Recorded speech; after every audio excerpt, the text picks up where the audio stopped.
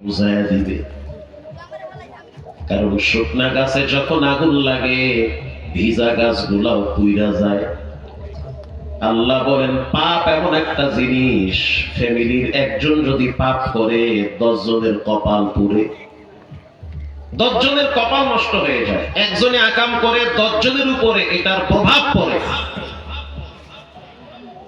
যেই ঘরের মা নামাজ পড়ে না, যেই ঘরের বাবা নামাজ পড়ে না, যেই ঘরের মেয়ে নামাজ পড়ে না, ছেলে নামাজ পড়ে না, ওই ঘরে কোটি টাকা কামাই করলেও বরকত থাকে না।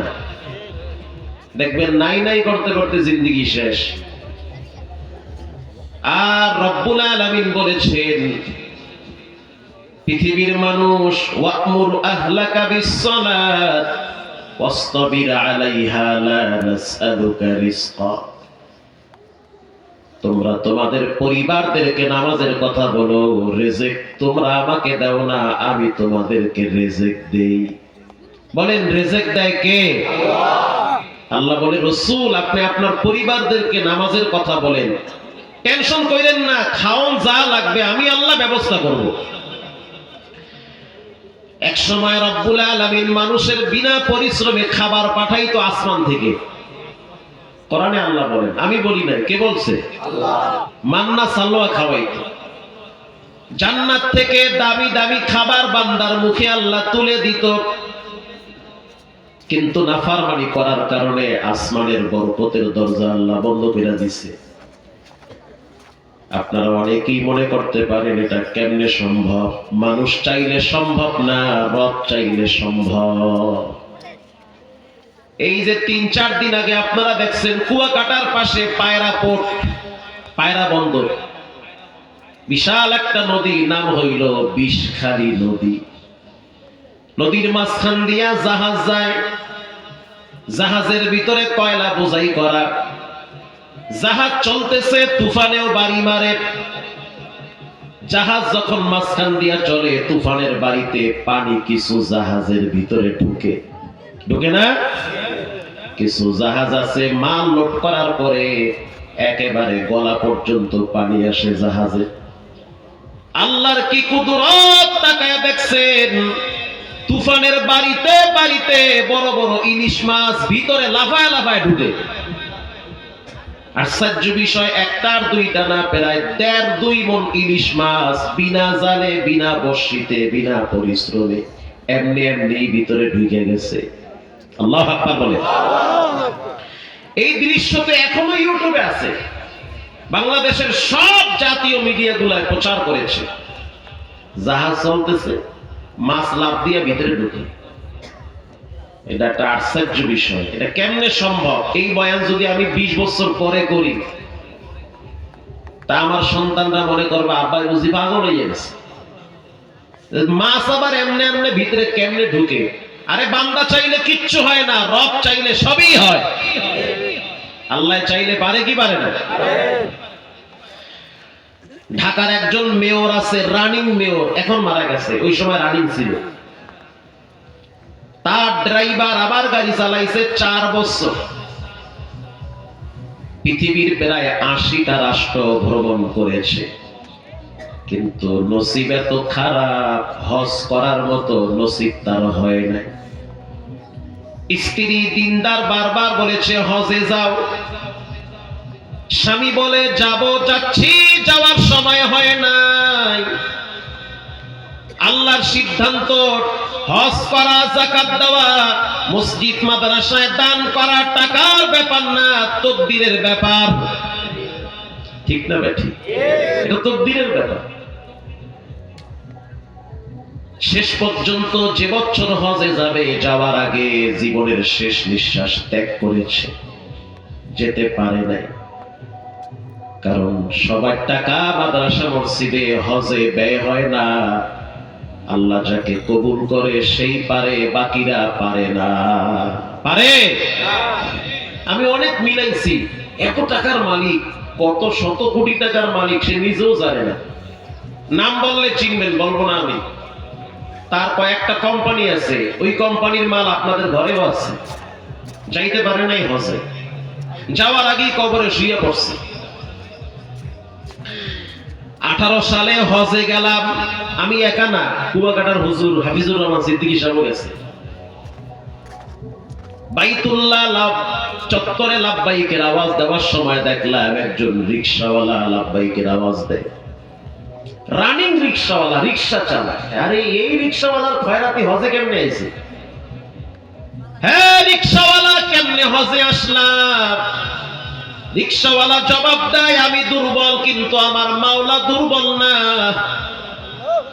আমি দুর্বল হতে পারি কিন্তু আমার যিনি স্রষ্টা আছে তিনি কিন্তু মোটেও দুর্বল না। তার মানে হজে আসছি নিজের টাকায় না, একজন ধনী মানুষ আমারে দয়া কইরা হজে পাঠাইছে। আল্লাহু আকবার জোরে বলেন। বলেন, যেটা কেউ পারে না সেটা পারেন কে? আল্লাহ। অনেক যুবকরা আছে সারা জিন্দেগি কিছুই করতে পারে না। আবার এমনও যুবক দেখছি শিক্ষা দীক্ষা নাই, লেখাপড়া নাই, ডিম বিক্রি কইরা 2 তলা বাড়ি করছে। বলেন, যেটা কেউ পারে না সেটা কে পারে? আল্লাহ। সেটা আল্লাহ পারে। এই যে নড়াইল, কালিয়া একটা থানা আছে নড়াইল, এটি আমি সব মুখস্থ রাখি, এটি আমার ওয়াজে লাগে, এটি হলে মানুষের ঈমান বাড়ে। আল্লাহু আকবার বলেন। কালিয়া মোড় নড়াইল, এ তো বলতেছি, মিছা হইলে তো মানুষের জুতা দিয়ে ফিরাইবে, এটা ভিডিও হয়। একজন প্রতিবন্ধী চা বিক্রি করে, পাও নাই, ছোট মানুষ, বেটো মানুষ, আপনারা কি বলেন জানি না, আমরা কুয়াকাটার ভাষায় বলে বাউন মানুষ। মানুষ ছোট, সাইজ ছোট, হাতও ছোট, পাও নাই, পায়ের ইসে আপনার হাঁটুর ভিতরে বল লাগাইছে, বাল্ব, এটা দিয়ে চলে। রাত্র 2:30টার সময় নামছি দোকানের সামনে, একটু কৌতূহল বশত আমি ভিতরে ঢুকছি, যে ছোট মানুষ দোকানদার মাশাআল্লাহ দাঁড়িয়ে কয়টা আছে, সুন্দর করে চা বানাইতেছে, ছোট হাত দিয়ে গালি ঘুরাইতেছে। তা আমি বললাম, 2টা পা নাই, চলতে কি কষ্ট হয় না? বলে, না। কে বলেছে 2টা পা নাই? আমার তো আরো গোপনে 4টা পাও আছে। ও আল্লাহ, কয় কি?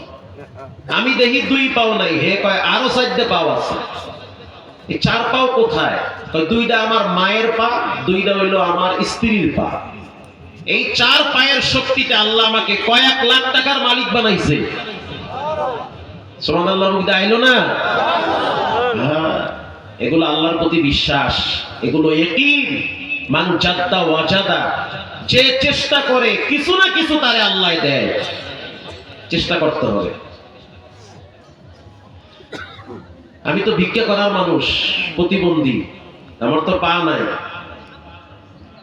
কেউ মেয়ে দিতে চায় না। তা আল্লাহর কি মেহেরবানি, উপর থেকে তো আল্লাহ কলম দিয়ে রাখছে কার সাথে আমার বিবাহ হবে। এটা কলম দিয়ে রাখছে কে? আল্লাহ। এটা তো হয়ে গেছে আগেই বাজে। তো বাসর রাত্রি স্ত্রী আমাকে বলেছিল যে তুমি আমার হাজবেন্ড, স্বামী, তোমাকে অনেকেই অবহেলা করেছে। আমার মনটা কেন জানি মনে হইল যে আল্লাহ তাআলা হয়তো তোমার মাধ্যমে দুনিয়া আখিরাতে আমার সফলতা দিবে। একমাত্র আল্লাহকে খুশি করার জন্যই তোমার সাথে বিবাহ করছি। আমার কানের 2টা ঋণ আছে, আমার আব্বা মৃত্যুর আগে আগে বানায় দিয়ে গেছে। এই ঋণ 2টা তোমাকে আমি দিলাম, বিক্রি করে চায়ের দোকান দিবা, মানুষের কাছে হাত পাতবা না, মানুষের কাছে চাবা না, মানুষ তোমার কাছে এসে চাবে, এরকম একটা সিস্টেম চালু করতে হবে। ঠিক না বেঠি? তুমি কেন চাবা তোমার কাছে এসে হাত পাততে? উপর মানে এরকমটা উত্তম, এটার চেয়ে এটা উত্তম, মানে নেওয়ার চেয়ে দেওয়াটা কি উত্তম। তুমি কেন হাত পাতবা তোমার কাছে এসে হাত পাততে? 2 ঋণ বিক্রি কইরা ছোট্ট চায়ের দোকান দিছি।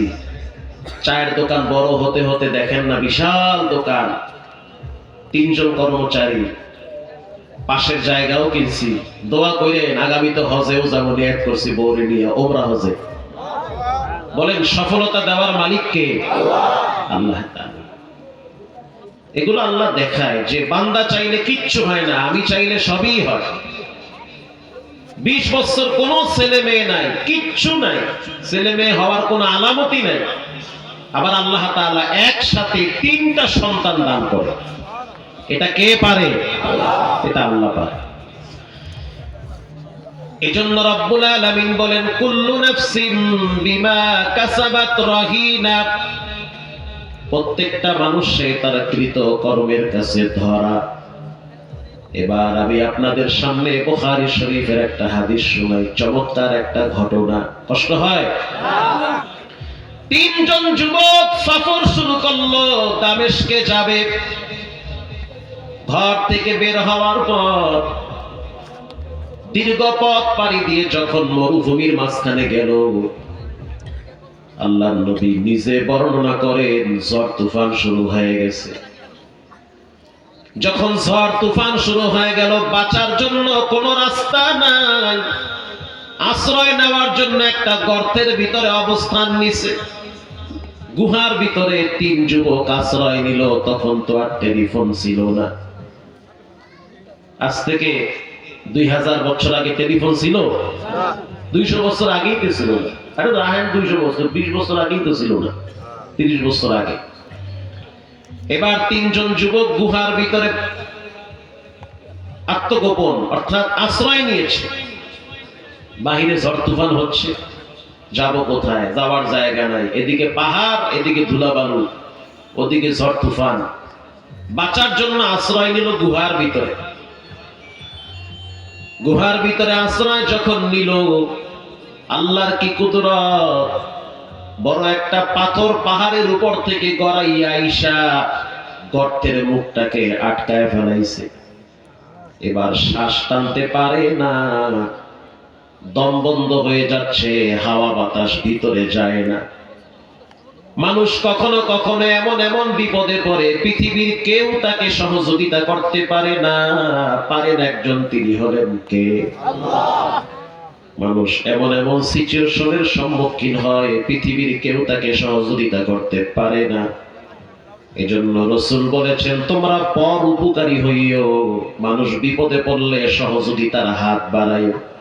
তুমি যদি আরেকজনের বিপদে হাতটা বাড়াও, রব্বুল আলামিন তোমার বিপদে রহমতের হাত বাড়াবে।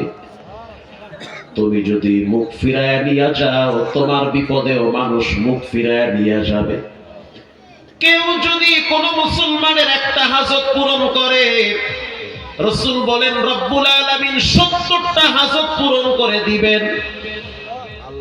এমন জায়গায় আপনার প্রয়োজন যেখানে রবের সহযোগিতা লাগবে। যদি আপনি গোপনে মানুষের উপকার করেন, রব আপনাকে গোপন সহযোগিতা করবে। তিনজন যুবক যখন চিপার ভিতরে পইরা গেছে, চিৎকার মারলে কেউ শুনবে না। চতুর্দিকে পাহাড়, মরুভূমি, তাদের আওয়াজ কারো কানে যাবে না, বাহিরের আওয়াজ তাদের কানে আসবে না। অক্সিজেন বন্ধ হয়ে যাচ্ছে, শ্বাস টানতে পারে না। তিনজন যুবক কিন্তু ফকির না, তিনজন যুবকই পয়সাওয়ালা। তিনজন যুবক পরামর্শ করলো কি করা যায়, বলে কিচ্ছু করার নাই, মৃত্যুর জন্য প্রস্তুতি গ্রহণ করো, যে কোনো টাইমে শ্বাস বন্ধ হয়ে যাবে। তিনজন যুবকের দেওয়ালে যখন পিঠ থেকে গেল, সিদ্ধান্ত নিল সর্বশেষ আল্লাহর কাছে সহযোগিতার হাতটা বাড়ায়। আল্লাহু আকবার। দেখি রবের কাছে হাত বাড়াই, সে কি সিদ্ধান্ত নেয়। তিনজনে পরামর্শ করলো, 3টা আমলের উসিলা দিয়ে আল্লাহর কাছে চাও। কয়টা আমল? প্রথম যুবক গর্তের ভিতরে 2টা হাত তুলে দিয়েছে। আমি বলি নাই, বলেছেন মুহাম্মদুর রাসূলুল্লাহ সাল্লাল্লাহু আলাইহি ওয়াসাল্লাম। এটা হাদিসের গল্প, হাদিসের ইতিহাস। প্রথম যুবক আল্লাহর দরবারে হাত তুইলা বলে, মালিক আপনি তো জানেন আমি একজন বড় বিজনেসম্যান, পয়সাওয়ালা। যুগের ভাষা বলি, আপনি জানেন আমি একজন গার্মেন্টসের মালিক, আমার টাকার অভাব নাই, সম্পদের কোনো অভাব নাই। আমার বাড়িতে এক কর্মচারী কাজ করত, 25 দিন ডিউটি করার পর আমার সাথে রাগ কইরা বেতন না নিয়া বাড়ি চইলা গেছে। কতদিন? 25 দিন। 25 দিন ডিউটি করার পরে যখন বাড়িতে গেল, আমি ওর 25 দিনের টাকাটা জমা কইরা ব্যবসায় খাটাইছি। আওয়াজ কি বুঝেন আপনারা? 25 দিনের টাকাটা জমা কইরা রাখছে না ব্যবসায় খাটাইছে? ব্যবসায় খাটাইছে। এটা কি এমনি বলতেছে না দোয়া করতেছে? দোয়া করতেছে। কোথায়? আল্লাহর কাছে। মানে কোন জায়গায় বইসা? গুহার ভিতরে বইসা। 25 দিন ডিউটি করার পরে যেই টাকাটা জমা ছিল ব্যবসায় খাটাইছি, দীর্ঘ প্রায় 1 যুগ পর আমার বাড়িতে আসছে। আয়েশা বলল, মালিক আমি গরিব, বিপদে পড়ছি, 25 দিন আপনার বাড়ি কামলা দিছি, রক্ত পানি করছি, ঘাম ঝরাইছি, আজ আমার মায়ের চিকিৎসা দরকার, টাকাটা যদি দিতেন বড় উপকার হতো। বলার সাথে সাথে রব্বুল আলামিন ওর মূল টাকাটাও দিছি, ব্যবসায় যতটা লাভ হইছে পুরা লাভের টাকাটাও দিয়ে দিছি। যখন আমি তাকে বললাম, এই যে দেখো কয়েকশো ছাগল সব তোমার, কর্মচারী বলল, মালিক আপনি আমার সাথে মজা নিতেছেন। তখন আমি বললাম, মজা নেই নাই, এই সম্পদের মালিক আমি না, সম্পদের মালিক আল্লাহ। আল্লাহ আমারে রাখাল বানাইছে। এক সময় আমার কিছুই ছিল না, রব্বুল আলামিন আমাকে কোটি কোটি টাকার মালিক বানাইছে। তোমার হক নষ্ট করলে আমার কোনো লাভ হবে না, বরং ক্ষতি হবে। তোমার টাকাটা আমি জমা কইরা রাখি নাই, বরং ব্যবসায় খাটাইছি। ওই ব্যবসায় কয়েকশো ভেড়া বকরি দুম্বা হয়েছে, পুরাটার মালিক তুমি, সবগুলা নিয়ে যাও। আল্লাহু আকবার বলে। আল্লাহ লয়ে গেছে সব। ও যাওয়ার সময় এমন একটা হাসি দিছে, ওর হাসিতে মনে হয় আরশে আজিমের দরজা খুলে গেছে। এত খুশি, সুবহানাল্লাহ। টেহা পাবো 3000, আমারে দিয়ে দিয়েছে 3 কোটি। যদি আপনার কাছে এই আমলটা পছন্দ হয় তাহলে পাথরটারে একটু সরায় দেন। আমি যুবক ভাইদেরকে বলবো, গোপন কিছু আমল থাকা দরকার, যেটা আপনার বিপদের সময় কাজে লাগবে। এমন একটা বিপদে পড়তে পারেন যেখানে পৃথিবীর কেউ বাঁচাতে পারবে না, সাহায্য একজনের লাগবে, তিনি হলেন কে? আল্লাহ। যদি আপনার কাছে এটা পছন্দ হয় তা আমারে বাঁচান, পাথর সরান। নবীজি নিজে বলেন, বলার সাথে সাথে পাথরের 1/3 অংশ সরে গিয়েছে, মানে একটু ফাঁকা হয়ে গেছে, হাওয়া বাতাস ঢুকতেছে। দ্বিতীয় যুবক আল্লাহর দরবারে হাত তুলল, রব্বুল আলামিন আপনি তো জানেন আমি অনেক সুন্দর মানুষ। আল্লাহরে কয়, বানাইছে কিনা? আল্লাহরে আবার কয়, আপনি তো জানেন আমি অনেক সুন্দর, চমৎকার করে আমার দেহটারে বানাইছেন। কিন্তু আপনি এটাও জানেন একদিন রাত্রিবেলা আমি আমার চাচাতো বোনের ঘরে ঢুকছিলাম। চাচাতো বোনকে আমি বড় ভালোবাসি, চাচাতো বোনও আমারে ভালোবাসে। সুযোগ পাইছি, ভিতরে ঢুকছি, ঢুকার পর দরজা লাগায়া দিছি। পূর্ণ স্বাধীনতা ছিল, সুযোগ ছিল, হাতটা বাড়াইছি তার শরীরে টাচ করব। আমার বোনটা বলেছিল, ইন্নী আখাফুল্লাহ, আমি আল্লাহরে ডরাই। রব্বুল আলামিন বলার সাথে সাথে আমি তার শরীরে টাচ করি না, চাইলে করতে পারতাম, স্বাধীনতা ছিল, সুযোগ ছিল, তোমার ডরে করি নাই। আল্লাহু আকবার। আমি করি নাই, করতে পারতাম, কেউ দেখতো না। আমার চাচাতো বোন রাজি ছিল, তারপরও আমি করি নাই, যদিও সে ভয় পেয়েছে। রব্বুল আলামিন ওই দিন যদি তোমার ভয়তে এই খারাপ কাজ থেকে ফিরে থাকি তো পাথরটা সরায়া দাও।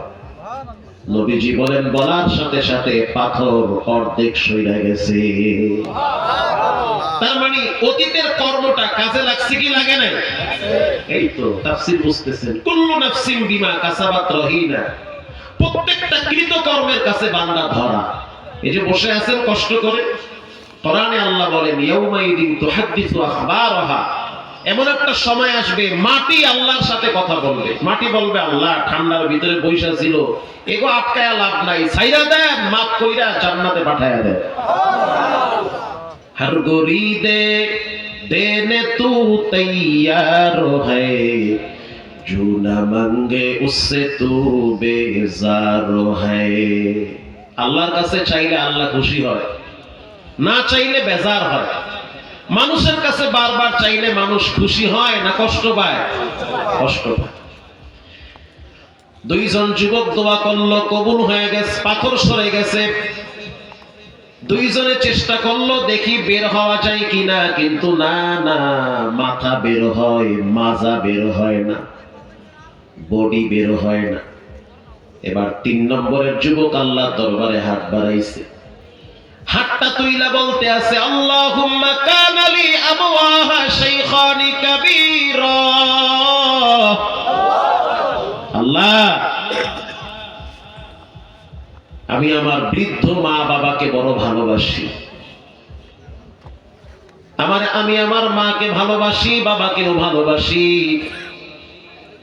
প্রতিদিন বকরির দুধ দহন করে মাকে পান করাই, বাবারে পান করাই।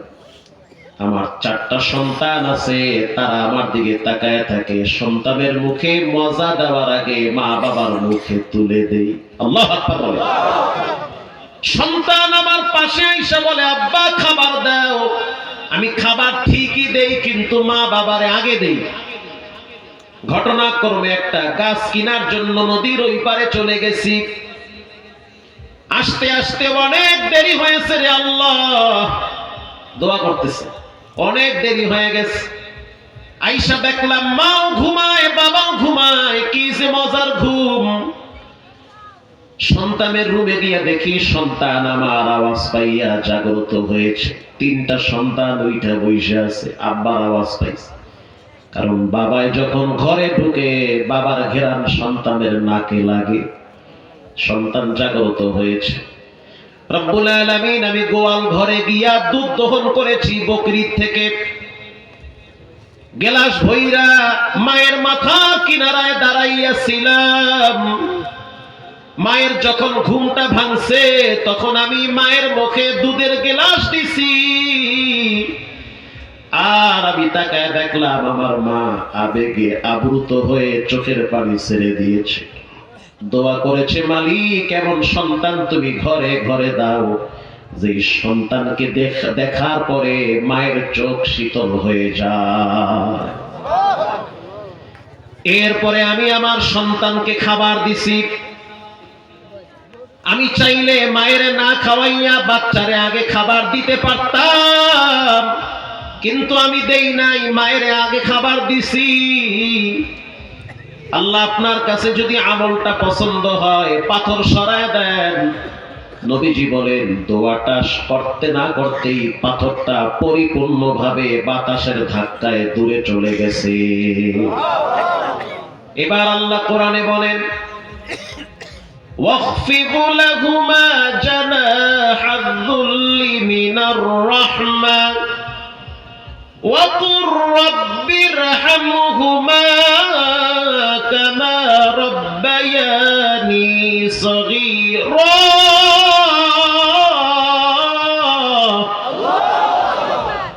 রব্বুল আলামিন বলেন, মাহমুদুল হাসান সাবধান, তোমার কিন্তু পুঁজি একটা, সেটা হলো মায়ের দোয়া। মায়ের দোয়ার পুঁজি হলো জীবনের সবচেয়ে অমূল্য সম্পদ। রহমতের ডানা মায়ের পায়ের নিচে বিছায়া দাও। মইরা গেলে রবের কাছে দোয়া করো, রব তাদেরকে নিরাপদে রাখেন, ভালো রাখেন। আমিন বলেন। এই 3 যুবক অতীতের কর্মের কারণে রবের কাছে নাজাত পেয়েছে। এই যে বলছিলাম, কুল্লু নাফসিন বিমা কাসাবাত রহিনা। আল্লাহ বলেন, গোপনে প্রকাশ্যে ভালো খারাপ যাই করো, তুমি তোমার কর্মের কাছে ধরা। যেই মা বাবা ছেলে মেয়েকে নামাজের কথা বলে না, রব চিনায় না, রসুল চিনায় না, কেবলা চিনায় না, এক সময় দেখবেন ছেলে মেয়েরাও মা বাবা চিনবে না। আসতে বললেন যে ঠিক না বেঠিক? কি ঘুমাই গেছেন আপনারা? কে কে ঘুমাইছেন 2 হাত তুলে আল্লাহকে দেখান। মাশাআল্লাহ, 2-4 জন ঘুমাইন না, ভালো। এই ময়মনসিংহ ওয়াজে গেছি, বয়ান দেশে রাত 2টায়। সুবহানাল্লাহ, এরা হরেনিটা না এশারের পরে ফজরের সময় তবারক দিয়া বিদায় জানগা। তো গিয়া দেখলাম শ্রোতা গো তাল ঠিক নেই। অনেক বড় মাহফিল, ব্যবসায়ী গো পয়সা আছে, সব বড় বড় বক্তা গো আছে, ধানি খোলা মাঠ ময়মনসিংহ। তো শ্রোতা অনেক কাজ হইবে কি আগা মাথা নাই। কয়েকজনকে দেখলাম আমার দিকে পাও দিয়া টান টানে ঘুমাই রয়েছে, নিচে কুড়ো বিছাইছে, খুব আরাম মজার ঘুম দিছে। আবার অনেকে দেখি খাতা কম্বল বেচাইয়া মোড়া গাবায় আছে, মানে ঠান্ডায় জুমে গেছে গা। আবার কয়েকজনকে দেখি রাস্তায় রাস্তায় টুপি ঘুরলা বিড়ি টানে, আর কয় বক্তা আরো কয়টা আছে, এক একজনে এক এক তালে আছে। তা আমি গিয়া বললাম আপনারা জাহান্নামে কারা কারা যাবেন, হাত তুলেন। 25-30 জন খাড়ায় গেছে গা। আল্লাহু আকবার। জাহান্নামে যাবেন, কয় আমিও যাবো না, আব্বাই যাইবে না। খাড়ায় গেছেন যে, কয় মোল্লা মুন্সি যা কয় ভালোই তো কয়। তো তালে তাল দেওয়া যাবে না, তালে তাল দেওয়ার দিন শেষ। আগামীর বাংলাদেশ হবে কোরআনের বাংলাদেশ, ইনশাআল্লাহ। জোরে বলেন ইনশাআল্লাহ। সুখে শান্তিতে বসবাস করতে পারবেন। কোরআনের একটি আইন হলো চুরি করলে হাত কেটে দাও।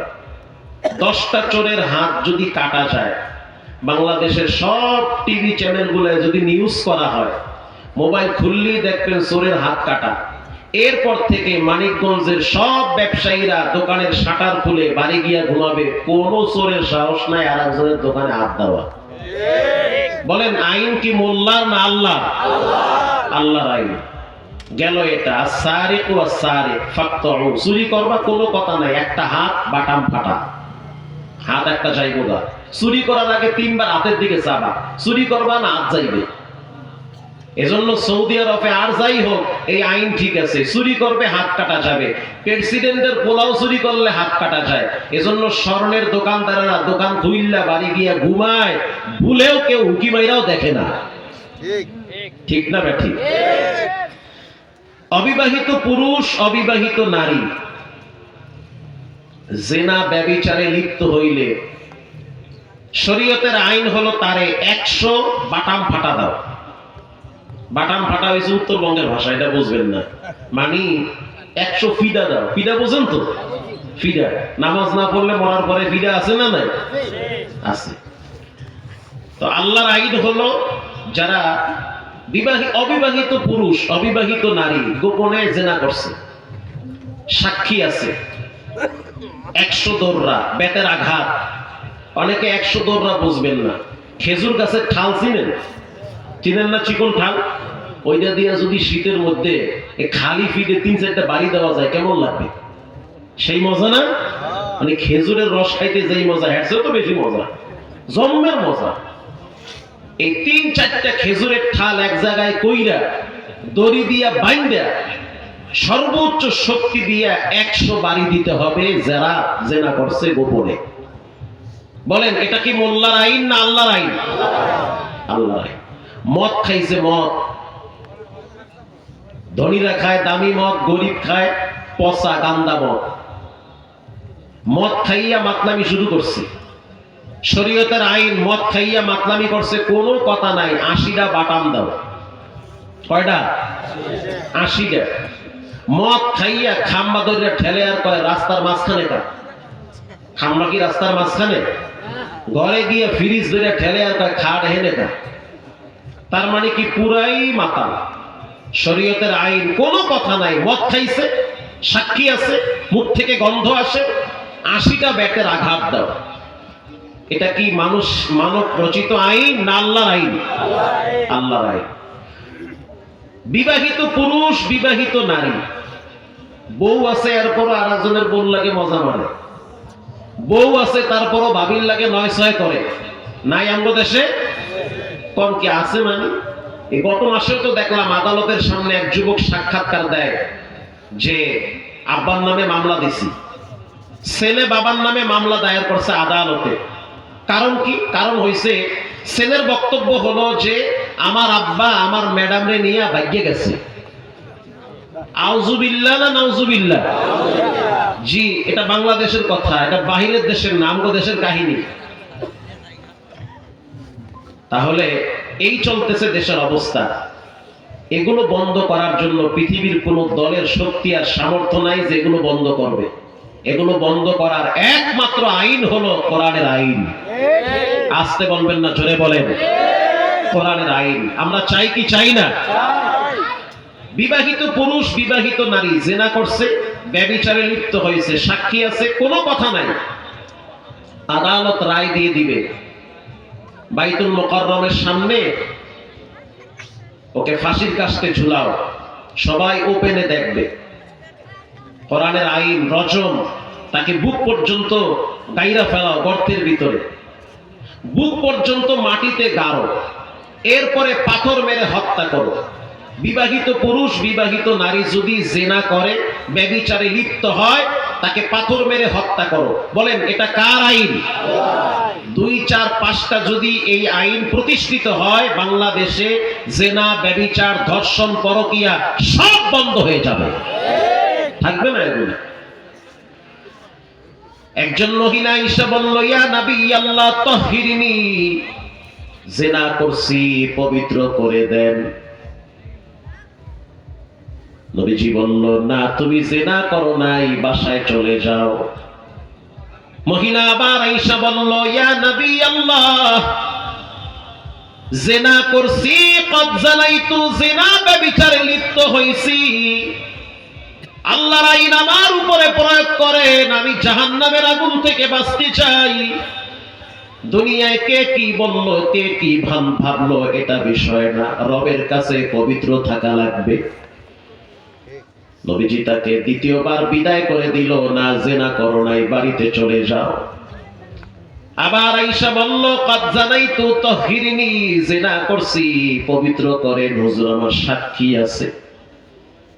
আল্লাহর হাবিব বলল, কে তোমার সাক্ষী? বলে আমার পেটে জিনার বাচ্চা আসছে, অবহিত বাচ্চা। নবীজি বলল, অপরাধ তুমি করেছো, বাচ্চা অপরাধ করে নাই, বাচ্চা ভূমিষ্ঠ হোক, তারপরে দেখা যাবে।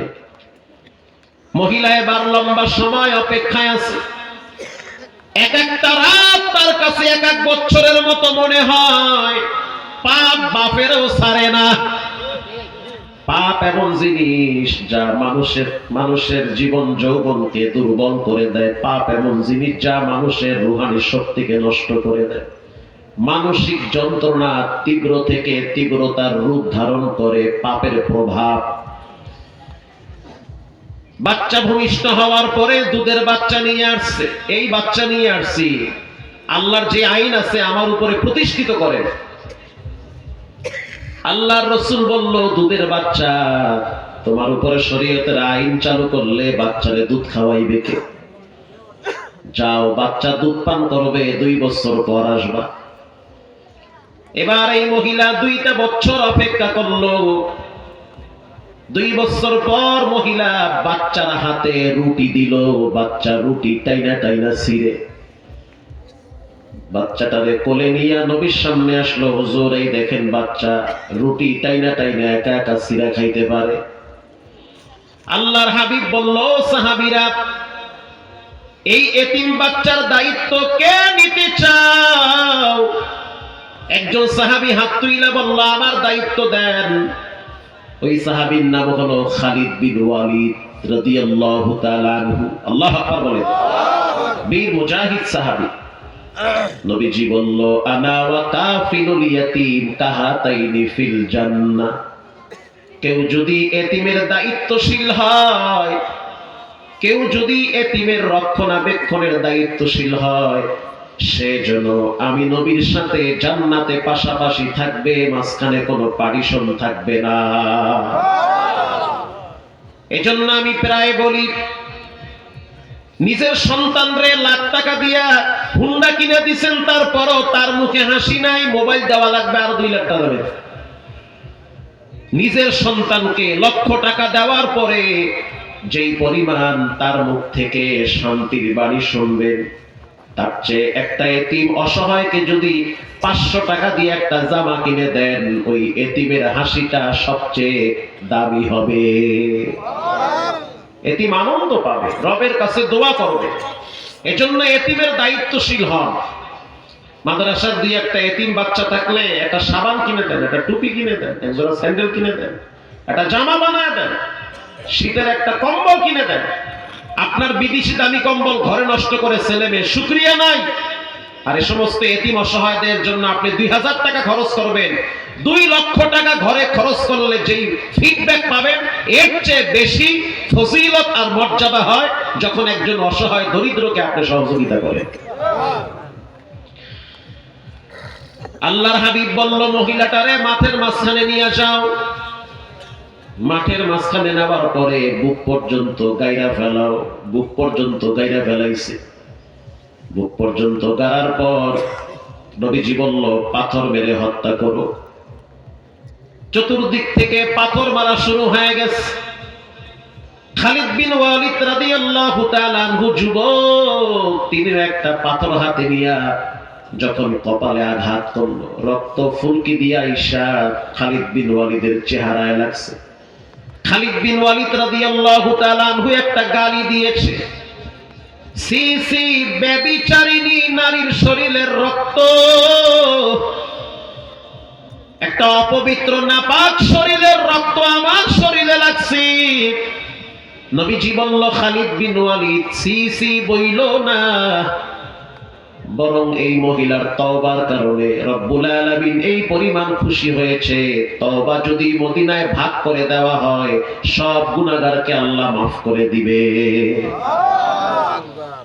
তাহলে মহিলাটারে পবিত্র করে দিয়েছেন কে? আল্লাহ। এটা আইন কি মানুষের না আল্লাহ? আল্লাহর আইন, এটাই বুঝাইলাম। কুল্লু নাফসিন বিমা কাসাবাত রহিনা, প্রত্যেকটা মানুষে তার কৃত কর্মের কাছে ধরা। যেমন হাদিসের কিতাবে আসছে, একজন যুবক গোপনে জিনা করছে, তাও আবার মৃত নারীর সাথে জিনা করছে। হযরত ওমরের সামনে দাঁড়ায় বলল, তুমি না খত্তবের বেটা, তোমার বাবার নাম হলো খত্তব, তোমার নাম ওমর, তোমার আগের নাম ছিল ওমায়ের। কিন্তু আমি তো জঘন্য অপরাধ করেছি, বলতেও পারি না, সহ্য করতে পারি না, কারণ গোপন পাপের কাছে বিবেকের ধরা খাওয়া। আল্লাহু আকবার বলে। গোপনে পাপ করছি, ধরা খেয়ে গেছি, এখন কি করব? বিবেক তো মানায় না, মনে হয় মানসিক যন্ত্রণা বাড়তেছে, আমি করলামটা কি? হযরত ওমর রাদিয়াল্লাহু তাআলা আনহু যুবককে নিয়ে নবীর দরবারে গেছে। আল্লাহর হাবিব তাকায় দেখলো ওমরের চোখের পানি বায়া পড়ে। মা ইবুকিকা ইয়া ওমর, কেন কাঁদো? হুজুর আমি কাঁদি না, এক যুবকের কান্নার কারণে আমার দিল থেকে পানি বের হয়। ডাকো সেই যুবকরে। যুবক, কি হয়েছে? মা ইবুকিকা ইয়া শাবাব, তোমার চোখে কেন পানি? তুমি তরুণ নওজোয়ান যুবক মানুষ।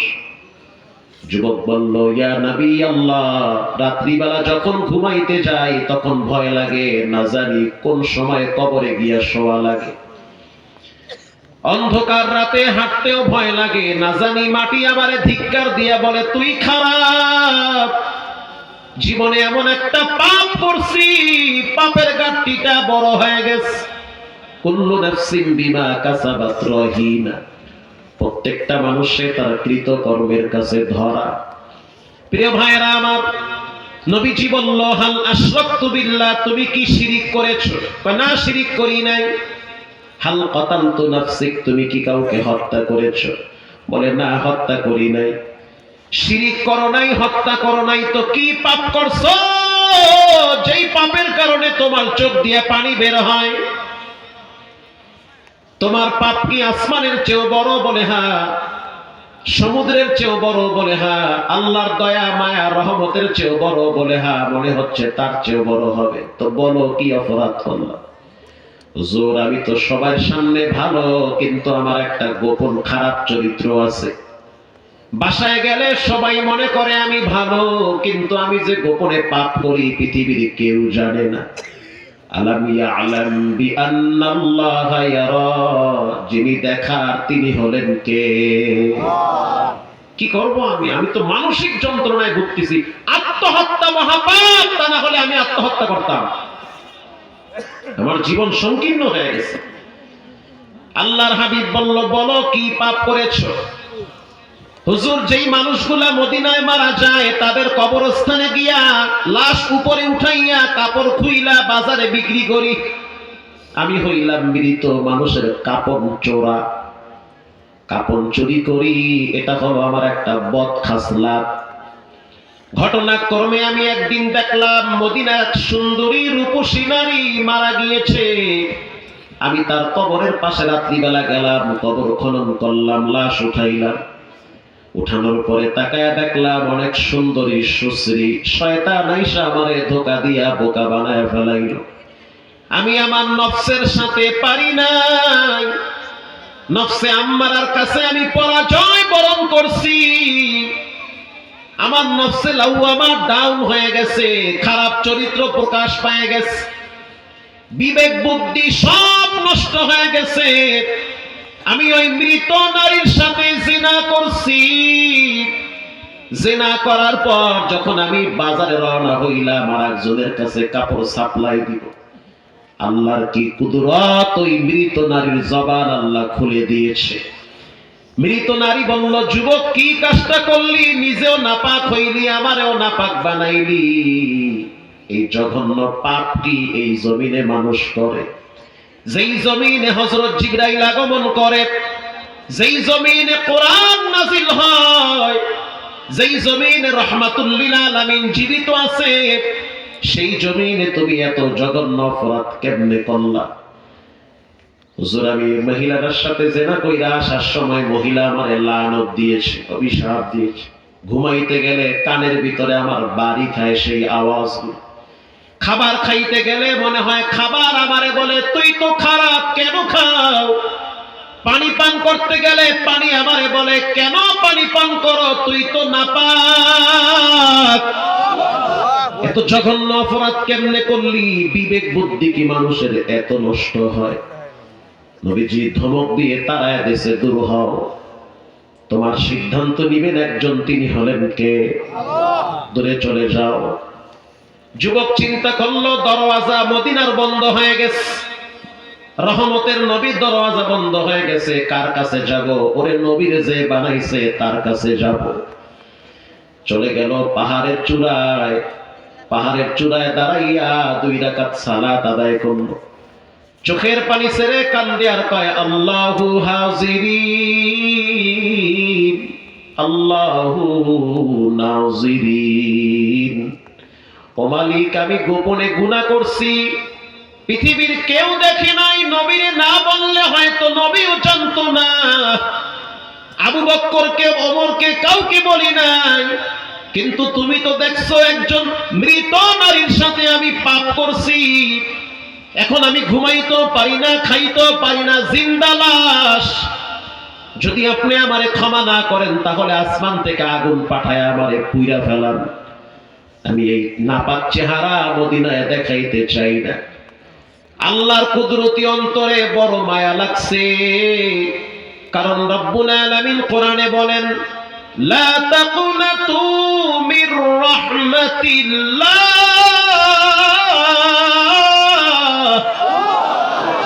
আমার রহমত থেকে দূরে চলে যাবা না। যত পাপ করো, যত অপরাধ করো, তওবার দরওয়াজা খোলা আছে। মুমিনের মৃত্যুর গড়গড়ানি যখন আজরাইল জান চাপকে ধরবে, তখন গড়গড়ানি শুরু হয়। গরু জবাই করতে গেলেও তো দেখবেন চারমের হওয়ার সময় গড়গড়ানি শুরু হয়। নবীজি বলেন, মৃত্যুর গড়গড়ানির সময় আগ পর্যন্ত তওবার দরওয়াজা খোলা। এজন্য আল্লাহর কাছে গোপনে তওবা করেন। এমন যেন না হয় যে পাপ করতে করতে মরে গেছে, হঠাৎ আপনার মৃত্যু আর মোবাইলে নর্তকীদের ছবি পইরা আছে। আপনার মোবাইল ভাই বোন দেখবে, লজ্জা পাবে, আপনি মইরা গেছেন, মোবাইলের গুনাহ চালু আছে। যে সমস্ত যুবক ভাইরা মোবাইলে নর্তকীদের ছবি পোস্ট করেন, সাবধান। আপনার মৃত্যুর পর অনেকে আপনাকে নিয়ে ট্রোল করবে, দেখ মইরা গেছে, গুনার রাস্তা খুললে গেছে। আর যদি নেককার হন, পরেজগার হন, আপনার মৃত্যুর পরে লক্ষ লক্ষ মানুষ আপনার জন্য দোয়া করবে। এই যে দেখেন আবরার ফাহাদকে হত্যা করলো, এরকম অনেক জায়গায় তো হত্যা করে, কিন্তু আবরার ফাহাদের মৃত্যুর পর এদেশের কোটি কোটি মানুষ তার জন্য দোয়া করেছে। কথা কন না? হ্যাঁ, দোয়া করেছে। প্রিয় ভাইরা আমার, হযরত জিবরাইল আমিন আল্লাহর কাছ থেকে ওহী নিয়ে আসছে নবীর দরবারে। হযরত জিবরাইল বলতে আছে, হুজুর আল্লাহ পাক জানতে চাইছে সারা পৃথিবীর সমস্ত সৃষ্টির স্রষ্টাকে। কয় আল্লাহ। সবাইরে টাইম মতো খাওয়ায় কে? বলে আল্লাহ। তো যুবককে আপনি তাড়ায়া দিছেন, সে তো আল্লাহরে ভাও কইরা ফেলাইছে। ওর চোখের পানি আর কান্নার আওয়াজ আর তওবার কারণে রব্বুল আলামিনের ওয়াদা, ইল্লা মান তাবা ওয়া আমানা ওয়া আমিলা আমালান সালিহা ফাউলাইকা ইউবাদদিলুল্লাহু সাইয়্যাতিহিম হাসানাত। নবী আপনি জানায় দেন, আল্লাহ রাব্বুল আলামিন জিনার গুনাহ maaf করে দিয়েছে, ওর গুনাহ ডিলিট কইরা গুনার জায়গায় নেকি পূরণ করেছে। আর জোরে সুবহানাল্লাহ। ওকে আল্লাহ ক্ষমা করে দিয়েছে। এজন্য আমি যেই আয়াত তেলাওয়াত করলাম, কুল্লু নাফসিন বিমা কাসাবাত রহিনা, ভালো কাজ করলেও আপনি ভালো কিছু পাবেন, খারাপ কাজ করলেও এটার ফলাফল পাবেন। আজকের জুমায় তো বয়ান করলাম মতিঝিলে, যে নবীজি বলেছেন জাবের রাদিয়াল্লাহু তাআলা আনহুকে, ছোট আমলগুলোও কখনো তুচ্ছ মনে করবা না। আমল যদি ছোট হয় তুচ্ছ মনে করা যাবে যাবে না।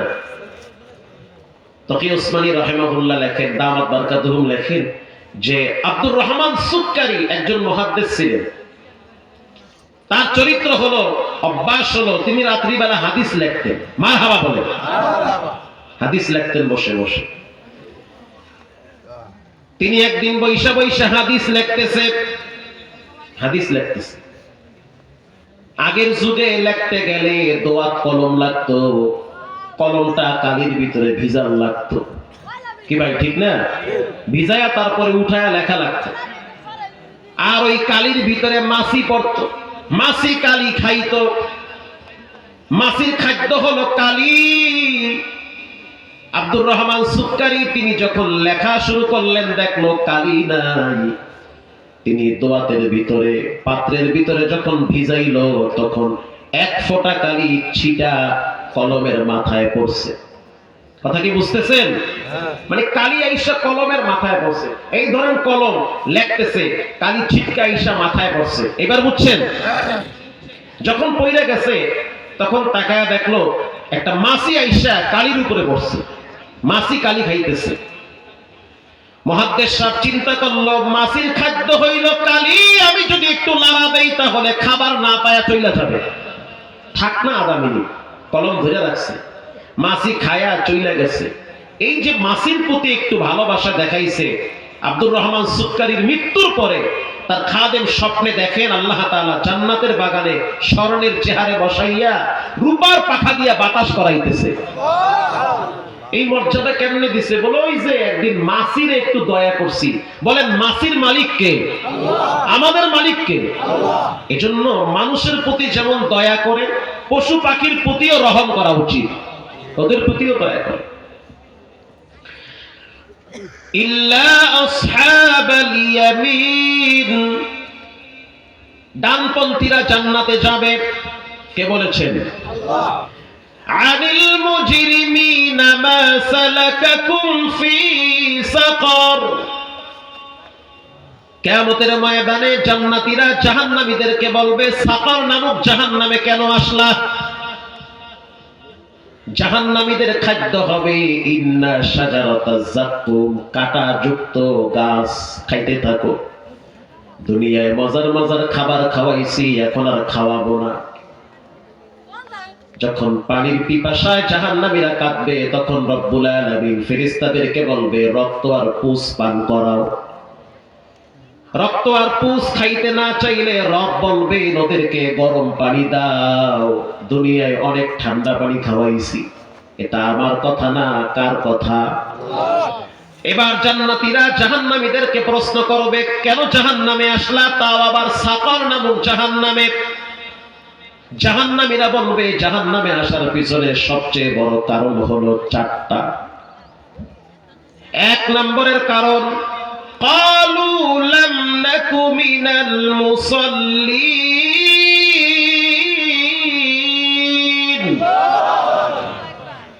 জাহান্নামে আসার পিছনে সবচেয়ে বড় কারণ হলো নামাজ না পড়া। যুবক যারা আছেন যদি বলেন পাও ধরতে, তাও ধরবো, তারপরেও নামাজ ছাড়বেন না। তোমার মতো অসংখ্য যুবক স্কুলে কলেজে পড়ে এক ওয়াক্ত নামাজ ছাড়ে না।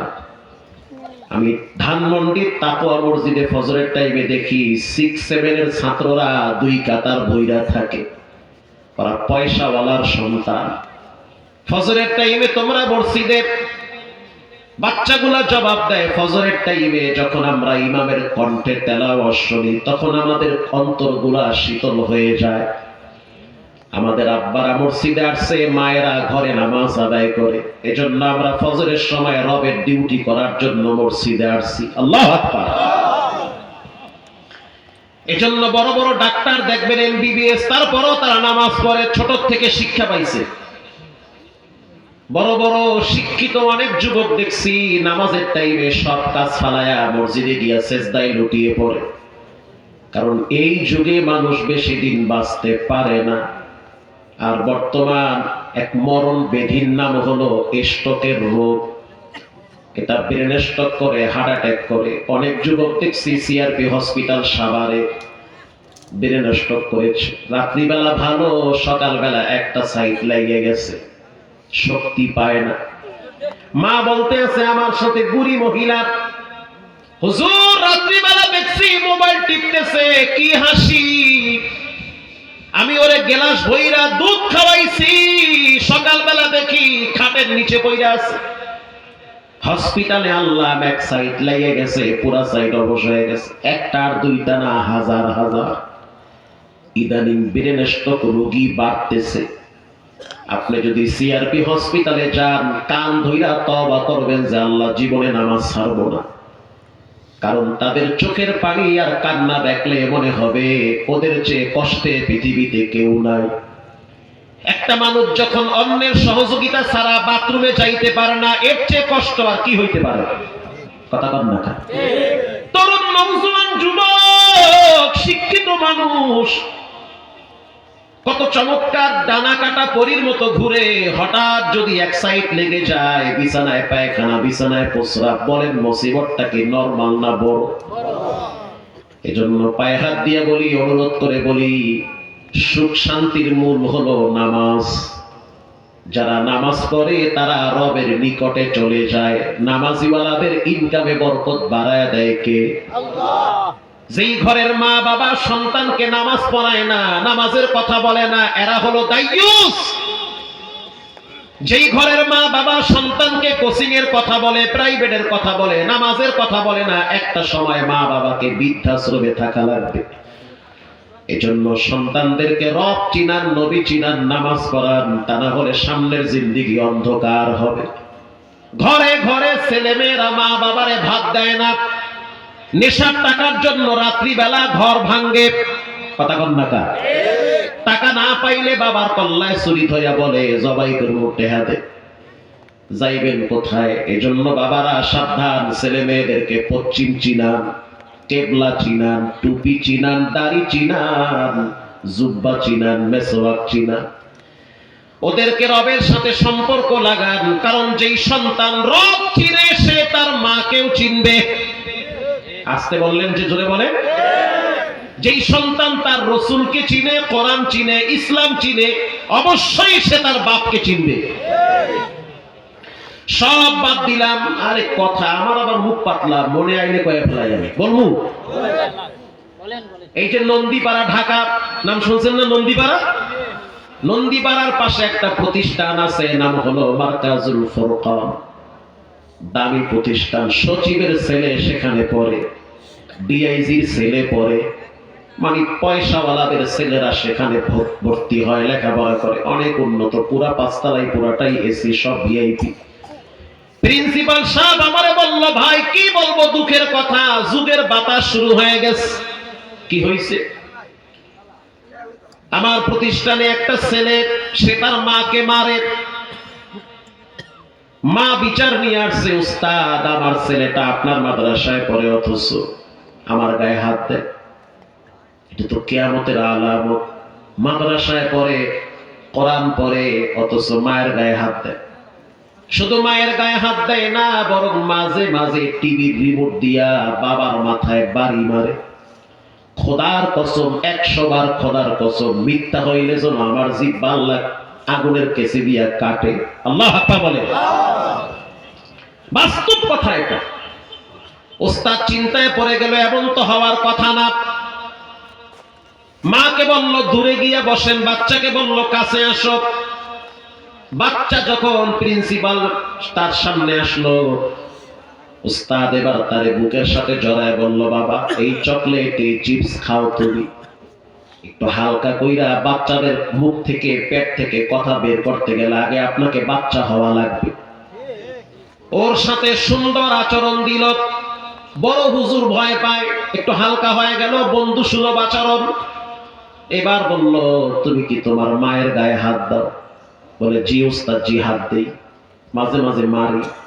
কি দিয়া মারো? বলে, খুন্তি দিয়া বাড়ি মারি। আমার মা যেটা দিয়া ডাইল লারে ওটা দিয়া বাড়ি মারি। শুনলাম তোমার আব্বার গায়ে নাকি হাত দাও? বলে, জি উস্তাদ, জি, মাঝে মাঝে আমার মেজাজ গরম হয় জায়গা। এই লেদা পোলা হে মেজাজ বুঝে। 7 বছর বয়সে বলে আমার মাথা গরম হয়, তার কারণে আমি টিভির রিমোট দিয়া বাড়ি মারি। উস্তাদ বলল, নিঃসন্দেহে গোড়ায় ঝামেলা আছে। এবার বাচ্চারে বলল, বাবা বলো তোমার দাদা দাদি কোথায় থাকে? বাচ্চা বলল, উস্তাদ আমার দাদা দাদি মাদ্রাসায় পড়ে। কি পড়ে? আই কই কি বাংলাদেশে কোন মাদ্রাসায় দাদা দাদি পড়ে? ও বুঝছে লাইছে না। কোথায় সেই মাদ্রাসা? বলে, গাজীপুর হোতাপাড়া। বুঝতে পারছি, বৃদ্ধাশ্রমে মা বাবারে পড়ায়। বাচ্চারে বুঝ দিতে আছে, তোমার দাদা দাদি ওই জায়গায় পড়ে। আসলে পড়ে না, বরং বোঝা মনে করে বৃদ্ধাশ্রমে ফালায় রাখছে। তুমি কি দেখার জন্য যাও? বলে, হ্যাঁ মাসে একবার যাই, বছরে দুই একবার বাবার সাথে যাই। তোমার দাদি কি বলে? বলে, দাদি খালি আমারে দেখলে কান্দে। আমি গেলে আমারে জড়ায় ধইরা কপালে চুমা দিয়া বলে, বাজান নাতিরে, তোমার বাপ আমার সাথে যেই ব্যবহার করলো তুমি কিন্তু তোমার মায়ের সাথে কইরো না। আমার কলিজাটা ছিঁড়া গেছে, ছিদ্র হয়ে গেছে। সন্তান বয়স হয়ে গেছে, মন দিল দুর্বল। তোমার আব্বার দাবি ঘরে থাকার মতো সুযোগ আমার নাই। তোমার আব্বা শিক্ষিত, তোমার আব্বার টাকাওয়ালা, আমি তো দুর্বল। আমার শরীর থেকে এখন গন্ধ আসে, এজন্য তোমাদের ঘরে আমার জায়গা হয় না।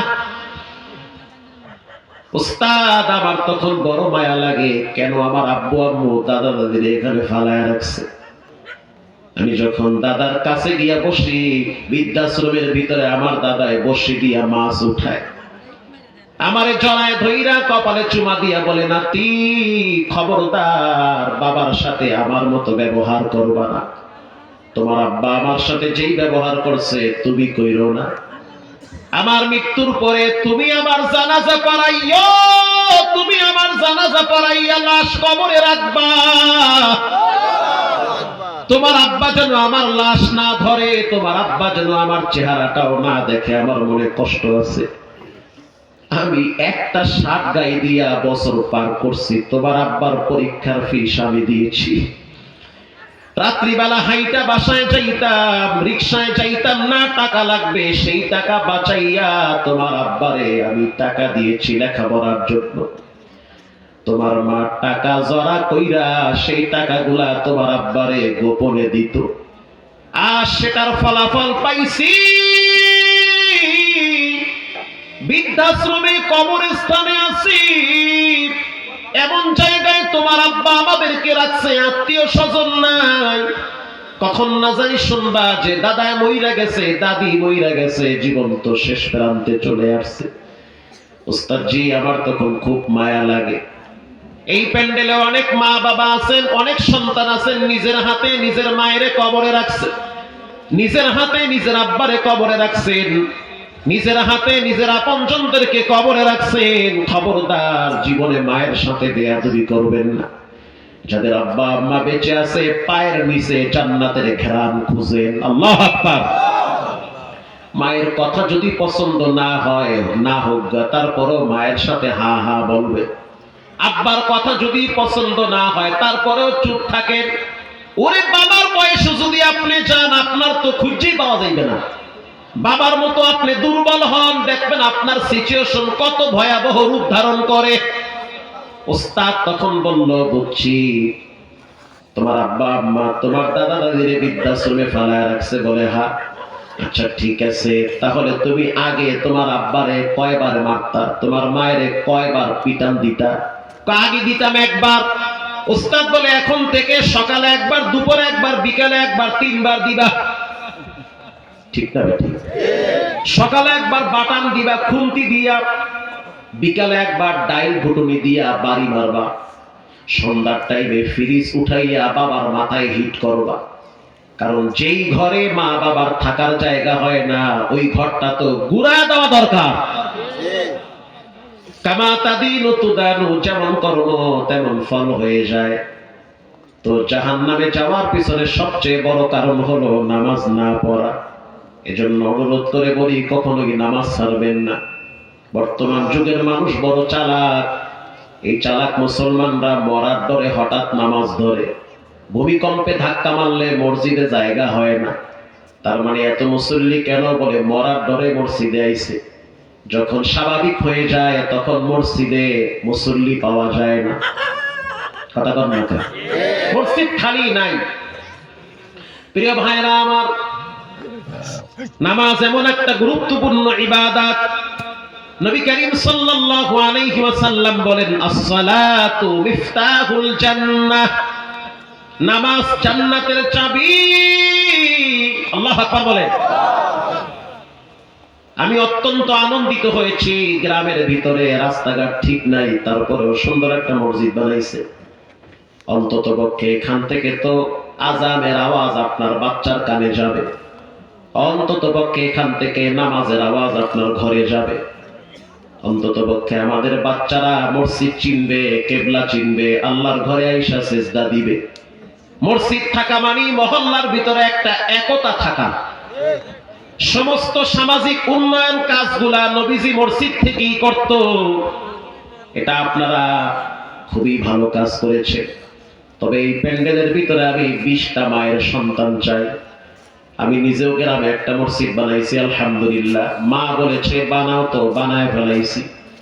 প্রথম টাকা খরচ করতে কষ্ট লাগছে, কারণ আমার স্বপ্ন হলো ঢাকায় প্রতিবন্ধীদের জন্য মাদ্রাসা করব। 95 লক্ষ টাকা দিয়ে প্রায় জায়গা কিনছি মোহাম্মদপুরে।